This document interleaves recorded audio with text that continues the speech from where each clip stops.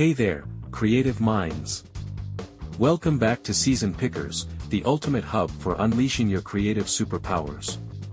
Today, we're delving into the fundamentals of image size and resolution in Photoshop, demystifying the numbers, pixels, and all that technical jazz. Let's get started. Image size matters, folks.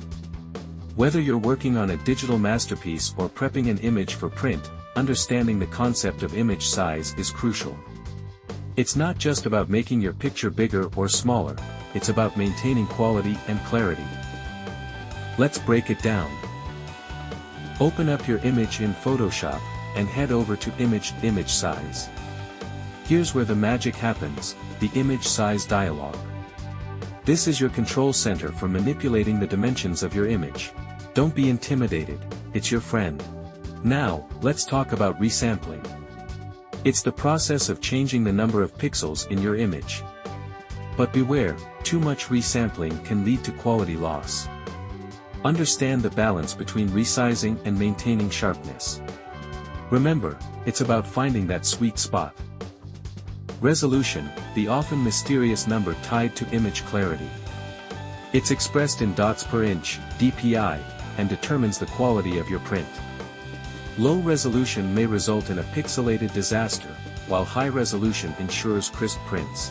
The higher, the better, especially for print projects. Let's put theory into practice. Imagine you're designing a poster. You'd want a high-resolution image for sharp, professional prints. On the flip side, for web graphics, you can get away with lower resolutions to optimize file size. It's all about tailoring your image for its intended use. And there you have it, a crash course on understanding image size and resolution in Photoshop. If you found this video helpful, give it a thumbs up, subscribe for more Photoshop wisdom, and hit that bell to stay informed. Thanks for joining us today at Season Pickersz. Until next time, keep creating, keep understanding those pixels, and I'll catch you in the next video.